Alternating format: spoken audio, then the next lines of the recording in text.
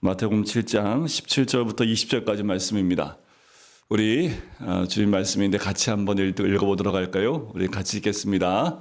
이와 같이 좋은 나무마다 아름다운 열매를 맺고 못된 나무가 나쁜 열매를 맺나니 좋은 나무가 나쁜 열매를 맺을 수 없고 못된 나무가 아름다운 열매를 맺을 수 없느니라. 아름다운 열매를 맺지 아니하는 나무마다 찍혀 불에 던져지느니라. 이러므로 그들의 열매로 그들을 알리라. 아멘. 이번 한 주간 동안 특별 새벽 기도회 가운데에 축복의 길을 걸어가는 사람에 대해서 함께 나눴습니다. 늘 기억하십니까? 첫째 날은 예레미야 17장을 통해서 축복의 길을 가는 사람이 누구인지를 함께 나눴지요. 하나님의 복을 받는 사람은 그 마음이 하나님께 머물고 있는 사람이고 하나님을 의지하고 의뢰하는 사람이었습니다. 둘째 날에는 창세기 26장을 통해서 엄청난 축복을 경험한 사람, 바로 이삭에 대해서 살펴봤습니다. 하나님이 복 주시는 사람은 자신의 판단보다 하나님의 원하시는 결정을 하는 사람이었지요. 세 번째 날에는 역대상 4장을 통해서 인생을 바꾼 축복의 사람, 바로 야베스에 대해서 함께 살펴보았습니다. 존귀한 인물이 된 그 야베스, 자신을 가로막고 있는 인생의 장애물을 믿음으로 뛰어넘었던 사람으로 우리가 함께 나눴습니다. 어제 나눴던 말씀은 욥기서 말씀이었지요. 갑절의 복을 받는 사람, 바로 욥에 대해서 살펴봤습니다. 말년은 고난이 끝나는 시점이지요. 올 한 해가 여러분들 고난이 끝나는 시점이 되시길 간절히 소원합니다. 그것이 바로 복을 받은 것은 그가 입술로 범죄하지 않았을 뿐만 아니라 그 입술을 통해서 친구를 축복하고 또 그 가운데 생명을 살릴 수 있었기 때문이지요. 하나님은 삶의 현장에서 신앙을 지키는 자에게 그 복을 주시겠다 말씀을 합니다. 오늘 마지막 날 함께 나누는 마태복음 7장을 중심으로 축복의 열매를 맺는 사람이 어떠한 삶을 사는가를 알아보기 원합니다. 근데 어떤 삶을 살고 계십니까? 어떠한 삶을 살아가고 계십니까? 혹시 삶의 즐거움은 잃어버리진 않고 계십니까? 여러분, 사업가 중에서 굉장히 성공한 세계적으로 유명한 사업가가 있는데요. 존 워너메이커라는 사람입니다. 이분이 늘 어떤 사람들이 만나면 외국 사람도 항상 그렇게 묻죠. 어떻게 지내십니까? 이런 질문을 하지요. 신문 기자가 늘 할 때도 첫 마디가 그거였대요. 어떻게 지내십니까? 그러면 이분이 항상 이렇게 대답한답니다. 나는 하나님께 감사할 뿐입니다. 즐겁게 바쁘니까요. 라는 말을 했다고 합니다. 자, 바쁜 거하고 즐거운 거하고 함께 이렇게 단어가 있는 게 좀 생소하지요. 근데 이분은 항상 그렇게 대답을 했대요. 그래서 한번 어떤 분이 이렇게 물어봤답니다. 어떻게 즐겁게 바쁠 수 있습니까? 이렇게 질문하니까 이분이 이렇게 설명을 했대요. 많은 사람들은 마지못해 바쁘지만 나는 내가 원해서 하는 일이기 때문에 늘 즐겁게 바쁩니다. 라고 이야기했대요. 여러분, 즐겁다는 것과 바쁘다는 것에 대해서 한번 생각해 보시면 바쁠 때가 좋은 거지요. 바쁠 때가 좋은 건데 이걸 너무 바쁘다고 힘들어했던 그때가 있는 반면에 정말 바쁠 때가 좋았지라고 그것을 생각하는 그때가 오기도 합니다. 여러분, 바쁘다는 것이 좋은 거지요. 또 바쁘다는 것이 때로는 우리에게 그 자체가 복이 될 수도 있습니다.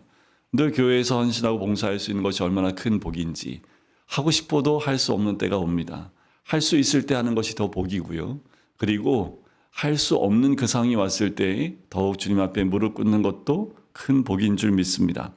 삶의 즐거움을 잃지 않으려면 또 행복한 삶을 살려면 반드시 바꿔야 하는 것이 있는데 생각의 스위치를 바꿔야 한답니다. 스카프레너 박사라는 정신과학을 연구하는 이 박사가 패러다임 스위치를 해야 한다라는 말을 하면서 세 가지를 알려줬대요. 첫 번째는 불행을 축복의 또 다른 모습으로 생각하고 표현하라 라고 얘기를 합니다. 불행도 축복이다. 축복의 또 다른 면일 뿐이다. 이렇게 생각하면 그 불행이 올 때에 여유롭게 대처할 수 있답니다. 두 번째는 행운을 우연한 것으로 여기지 말라는 거예요. 우연은 어디에도 없다라는 거지요. 누군가의 수고가 있었고 하나님의 은총이 거기에 있기 때문에 행운 앞에 겸손해야 된다는 거지요. 그리고 감사해야 된다는 겁니다. 세 번째는 역경을 기회로 바꾸라는 겁니다. 역경을 기회로 생각할 때마다 역경 앞에서 또 다른 기회가 열렸음을 감사할 수 있기 때문에 그렇습니다. 여러분들 어떠십니까? 지금 우리 삶 가운데 오고 있는 현실을 어떻게 수용하고 계십니까? 성경의 말씀에 의하면 벌써 우리가 심었던 것을 걷고 있는 그 환경일 수 있다라는 거지요. 갈라디아서 6장에 보면 심은 대로 걷는다라는 말씀이 있어요. 오늘 내가 거두고 있는 것, 겸손하게, 정직하게 그 결과에 대해서 우리가 인정하고 있는지를 돌이켜볼 필요가 있습니다. 오늘 본문 말씀에 18절에 보면 이렇게 나오지요. 좋은 나무가 나쁜 열매를 맺을 수 없고 못된 나무가 아름다운 열매를 맺을 수 없다라고 예수님이 말씀하십니다. 좋은 나무가 있고 나쁜 나무가 있대요. 좋은 나무는 어떻게 할 수 있습니까? 좋은 열매로요. 못된 나무는요. 나쁜 열매를 맺는다라는 거지요. 자, 여기서 우리가 그냥 하나님의 은혜의 말씀으로 우리가 들었기 때문에 그렇구나라고 넘어왔지만 여러분들 나무 가운데 좋은 나무하고 못된 나무가 있습니까? 생각해 보세요. 뭐가 못된 나무예요? 어떤 게 좋은 나무입니까? 생각해 보면 나무는 나무마다의 특징이 있습니다. 과실을 내는 나무가 있으면 그건 유익한 거고 가시나무는 가시를 냈으니까 유익하지 않습니까? 저마다 나무는 나무로서의 역할을 다 감당하고 있다라는 거지요. 어떤 건 목재로 쓰기도 합니다. 그런데 가시나무가 황폐한 땅에서만 잘 자라요. 근데 이 가시나무의 역할이 뭐냐면 숲을 이루는데 굉장히 도움이 된대요. 그런데 탱자나무는 옛날에 울타리로 많이 썼습니다. 그러니까 좀 우리가 보기에는 우리한테는 별로 도움이 안 되는 나무야 라고 생각할지 모르지만 나무마다 그 쓰임이 다 있다라는 거지요. 자, 이것을 보면 나무마다 자신의 독특성을 가진 것이지 나쁜 못된 나무는 없지요. 그런데 왜 예수님께서는 나무에도 좋은 나무가 있고 못된 나무가 있다라고 한 것일까라는 거지요. 무엇 때문에요? 그것은 오늘 18절에 나오지만 열매 때문에 그렇습니다. 예수님께서 말씀하신 좋은 나무의 기준은 열매를 맺는 나무를 말합니다. 어떤 열매를 맺느냐를 보고 말씀을 하신다라는 거예요. 자, 그러면 예수님께서 말씀하신 좋은 나무와 나쁜 나무, 즉 못된 나무는 무엇을 말합니까? 주님이 말씀하신 나무는 사람에 대한 비유겠지요. 그러니까 좋은 열매를 맺는 사람이 있고 나쁜 열매를 맺는 사람이 있다라는 거예요. 17절에 그 이야기가 나옵니다. 이와 같이 좋은 나무마다 아름다운 열매를 맺고 못된 나무마다 나쁜 열매를 맺는다라는 거지요. 이 말씀은 참된 선지자와 거짓 선지자를 분별하는 그 모습이지요. 바로 참됨과 거짓된 선지자는 그 사람의 인간 됨됨이를 통해서 분별이 가능하다라는 거예요. 그러니까 좋은 나무나 못된 나무는 실제로 나무나 열매에 대한 것이 아니라 그 사람의 인간됨과 또 그 결과에 대한 것임을 말씀하고 있는 거지요. 자, 그럼 무엇을 강조한 말씀일까라는 거예요. 뭘 강조한 걸까요? 열매를 강조한 걸까요? 나무를 강조한 걸까요? 이럴 때 이렇게 물어보면 또 이게 헷갈려요. 이게 열매로 안다니까 열매가 중요한 것 같긴 한데, 그럼 열매는 누가 열매를 맺어요? 나무가 열매를 맺지요. 그러니까 열매보다는 뭐예요? 나무가 먼저입니다. 그러니까 그 나무인 사람이 중요한 거지요. 좋은 성품이 행위보다 우선되어야 한다라는 거예요. 그 드러난 모습은 그 안에 있는 사람을 통해서 드러나는 것이기 때문에 열매보다 먼저 좋은 나무가 되고자 해야 한다라는 거지요. 그런데 좋은 나무는 또 좋은 씨에서부터 비롯되겠지요. 그래서 예수님 말씀하신 씨 뿌리는 비유를 생각해 보아도 좋은 씨앗이 뿌려져야 그로부터 좋은 나무가 있고 좋은 나무가 돼야 좋은 열매를 맺을 수 있습니다. 그래서 우리는 이 열매를 보면서 또 결과를 보면서 봄에 뿌려진 씨앗이 무엇인지 생각할 수 있어야 된다는 거지요. 진실해야 합니다. 심는 것은 선택이요 자유입니다. 하지만 그 선택에 의해서 결과물은 정확하게 드러난다는 거지요. 악을 심었으면 악을 거두는 게 맞습니다. 악을 심었는데 선을 거둬요? 그럴 수 없다라는 거지요. 좋은 씨앗을 뿌렸는데 잊고 있는 경우가 있지요. 누가복음 보면 예수님이 이 비유를 하십니다. 좋은 씨를 뿌렸어요. 그런데 시간이 지나고 나니까 자라기 시작을 합니다. 열매를 맺게 돼요. 언젠간 반드시 좋은 씨앗을 뿌리면 좋은 열매를 거두는 거지요. 이게 하나님의 은혜입니다. 그러니까 심판도 그렇고요. 은혜도 그렇고 다 같은 맥락입니다. 문제는 악한 씨앗을 심었기 때문에 악한 것을 거둔다라는 거지요. 오늘 우리에게 주시는 이 말씀의 교훈은 뭐냐면 축복의 열매를 맺는 자로 살아가라는 거예요. 자, 축복의 열매를 맺으려면 외적인 것보다 뭐가 중요해요? 우리의 내적인 것이 중요하지요. 내적인 것이 겉으로 나타나는 것보다 속에 있는 것 더 소중히 여길 줄 알아야 한다라는 거예요. 여기에 더 관심을 가져야 되는데 완성은 양이나 겉에 드러나는 것보다 그 내면과 질에 있다라는 거지요. 중요한 것은요, 어떤 사람이 되느냐에 있다라는 거예요. 그래서 제가 광야 세미나를 할 때, 광야를 걸어갈 때에는 우리가 무엇을 행하느냐가 중요한 것이 아니라 우리 하나님 앞에서 내가 무엇이 되느냐가 중요하다라고 말씀을 드렸지요. 열매를 보고 나무를 알라는 것은 엄연한 진리입니다.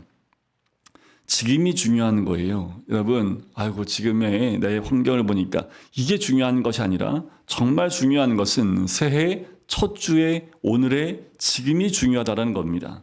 좋은 것을 심으면 좋은 열매를 거두게 된다는 것 우리가 다 알고 있고 다 느끼고 있고 또 우리 말씀을 통해서 우리는 진리를 깨닫고 있습니다. 사람은 두 종류가 있어요. 결과 앞에서 변명한 사람이 있고 감사하는 사람이 있습니다. 어떤 결과를 놓고 왜 그렇게 말이 많을까요? 책임을 전가하려는 사람들은 말이 많아요. 자, 이런 이야기가 있습니다. 어떤 아이가 있는데 IQ가 굉장히 높아요. 그런데 공부를 잘 못해요. 봤더니 공부를 안 해요. 근데 머리가 좋으면 조금만 공부해도 점수가 좀 나오는데 공부를 안 해요. 그러면 엄마는 어떨까요? 속이 상하죠. 저놈이 머리는 좋은데 왜 공부를 안 하나? 보통 엄마들은 다 자기 자녀는 머리가 좋다고 생각을 합니다. 얘가 점수가 안 나는 건 공부를 안 해서 그러던 거예요. 그러니까 계속 애를 공부해라 잔소리를 하기 시작을 했죠. 근데 아무리 잔소리를 해도 아버지들은 잘 얘기를 안 하지요. 보통 가정 보면 저도 얘기를 잘 안 하는데 잘 안 합니다. 그럼 엄마는 속이 상해서 아버지한테 얘기를 하지요. 좀 한마디 좀 하라고. 애가 공부 좀 하게 좀 한마디 하라고. 왜 얘기도 안 하고 애가 공부도 안 하고 뺀질뺀질 거린다고. 그러면 아버지는 그래요. 씨는 못 속이지 뭐. 나도 다 그랬어. 그래서 네, 그렇게 말하는 경우가 있지요. 여러분 현실을 어떻게 받아들이십니까? 네, 심는 대로 거두는 거지요. 아이들이 공부 안 했어요. 안 한 대로 결과를 얻어야 합니다. 그래야지 무엇을 심어야 되는지를 깨닫게 되는 거지요. 심지도 않았는데 결과가 좋아요. 이건 문제가 심각해지는 거예요. 그 결과를 부모가 대신해주면 절대로 안 되는 거지요. 가장 좋은 건 그렇게 심었으면 그런 열매를 걷게 해서 결과가 이렇기 때문에 내가 이래서 이렇다라는 걸 빨리 깨달을수록 아이들은 바뀔 수 있지요. 근데 왜 안 바뀔까요? 제가 안 바뀌는 거 보면 우리 아이들 다 잘 안 바뀌어요. 그게 우리들의 모습이기도 하지요. 정말 중요한 것은요. 미래는 오늘 심은 대로 거두게 될 것이라는 겁니다. 좋은 것을 심었다면 좋은 열매를 거두게 될 것입니다. 그러므로 걱정할 필요는 없어요. 오늘 내가 심은 대로 내일 거둘 것이기 때문에 그래요. 오늘 또 이번 한 주 무엇을 심느냐에 따라서 연말에 그 결과물을 얻게 되실 겁니다. 그러니까 부지런히 심으면서 기다리시면 돼요. 그러면 때가 되면 좋은 씨를 뿌렸으면 좋은 결과와 열매가 맺히게 되겠지요. 여러분들 무엇을 심으시겠습니까? 사랑을 심으면 사랑을 거둬요. 긍휼을 심으면 긍휼을 걷고 화평을 심으면 화평을 거두고 감사를 심으면 감사를 거둡니다. 성령 충만을 심으면 성령의 열매를 거두게 되지요. 기쁨을 심고 감사를 심으라는 겁니다. 그러면 그 열매를 거두는 거지요. 그러니까 좋은 것을 심으라는 겁니다. 그래야 좋은 열매를 거둔다라는 거지요. 그러니까 지금부터 바꾸면 돼요. 지금 깨달았으면 오늘부터 바꿔도 늦지 않습니다. 무엇을 심어야 될지를 여러분들 곰곰이 생각해 보시고 잊지 마세요. 나무의 본질이 그 열매로 드러나듯이 그 사람의 인격과 마음도 반드시 말과 행위로 드러나게 되어 있습니다. 마음은 씨앗입니다. 말은 열매이지요. 뜻은 나무이고 행위는 열매입니다. 인격은 나무요. 공인된 것이나 평판은 그 열매겠지요. 혹시 나쁜 열매를 맺었으면 그것을 인정해야 되는 것이지요. 근데 우연은 없지요. 환경이나 분위기를 탓하지 말아야 합니다. 그런데 우리는 세상을 원망할 때가 있고 환경과 분위기를 탓하는 경우가 굉장히 많습니다. 근데 한번 이렇게 생각해 보시겠어요? 비바람이 쳐요. 가뭄 들어요. 장마가 져요. 이런 환경 가운데 이렇게 됐다고 해서 콩이 파트로 되는 것 봤습니까? 콩은 그래도 콩입니다. 팥은 그래도 팥이에요. 자, 많이 맺고 적게 맺는 것이 문제지 콩이 다른 것으로 바뀌지 않는다라는 거예요. 환경이 씨를 바꾸지는 못합니다. 잊지 말아야겠지요. 나무의 본질은 그 열매로 반드시 드러납니다. 사람도 마찬가지지요. 사람의 인격과 마음은 반드시 말이나 그 사람의 행동으로 드러나게 되어져 있습니다. 사람의 성품은 입술의 말을 통해서 또한 알 수 있는 거지요. 예수님이 나무와 열매 비유를 말씀하신 다음에 마음과 입술의 말에 대해서 언급하신 말씀이 있어요. 그것이 마태복음 12장 35절 말씀인데 선한 사람은 그 쌓은 선에서 선한 것을 내고 악한 사람은 그 쌓은 악에서 악한 것을 내느니라. 사람의 말과 행위는 그 사람의 마음에 쌓인 것이 너무 자연스럽게 표현되어져 나오게 되어 있다라는 거지요. 그렇기 때문에 어떤 방법으로도 도저히 숨기거나 감출 수 없다라는 거예요. 그런데 사람들은 어떻게 해요? 값비싼 장식이나 화장 또는 경건의 모양으로 위장하면서 자신의 모습을 가리려고 생각하고 가려진다라고 생각을 해요. 하지만 아무리 아름답게 바꾸려고 한다 할지라도 결국 그 열매로 인해서 나무의 정체는 드러나게 되어져 있습니다. 사람 역시 아무리 자신의 겉모습을 아름답게 꾸미고 치장할지라도 그 말과 행위로 자신의 정체를 드러낼 수밖에 없다라는 거지요. 왕자와 거지를 봐도 그 내용에도 보면 거지가 왕자가 될 수 있습니까? 들어가서 원래 습성이 거지인데 거지가 겉을 왕으로 바꿨다고 해서 바로 왕이 될 수 없는 것과 마찬가지지요. 모든 사람은 그 마음속에 있는 것을 말합니다. 사람의 말은 그 사람의 마음속 깊이 있는 것을 밖으로 드러내요. 그러므로 그 사람의 입에서 나오는 말을 들어보면 우리는 그 사람이 어떤 사람인지 알 수 있는 거지요. 그러니까 오늘부터 말을 조심해야 됩니까? 아니요. 나를 숨긴다고 되지 않습니다. 오늘부터 심어야지요. 한 말씀을 심고 내 안에 심은 그대로 우리의 겉으로 드러나기 때문에 그래요. 그래서 탈무드에서 이런 말이 있습니다. 참 놀라운 말인데 남의 입에서 나오는 말보다 자기 입에서 나오는 말을 더 잘 들어라. 진리 말씀 아닙니까? 우리는 남의 말에 귀를 많이 기울이지만 실제로 내가 어떤 말을 하는지 스스로 자기의 말에 귀를 기울여보라 라는 말입니다. 오늘 내 입에서 나오는 말이 어떤 것인지 귀를 기울여 보세요. 네, 그러면 놀라운 말들을 우리가 스스로 하고 있는 것 많이 봅니다. 그래서 우리가 공감할 때 주로 어떻게 하라고 하냐면 그 사람이 한 말대로 똑같이 반복해주면 된다는 얘기를 해요. 그러면 그 사람이 자기가 말하는 것을 자기가 들으면서 자기의 마음을 그 사람이 알아준다라고 생각한다고 얘기를 해요. 우리는 사람의 마음을 잘 몰라요. 10길 물속은 알아도 한 개의 사람의 마음은 모른다고 이야기하지요. 하지만 사람의 입에서 나오는 말을 들어보면 그 사람이 누구인지 또 그 사람의 마음이 무엇으로 가득 차 있는지를 알 수 있습니다.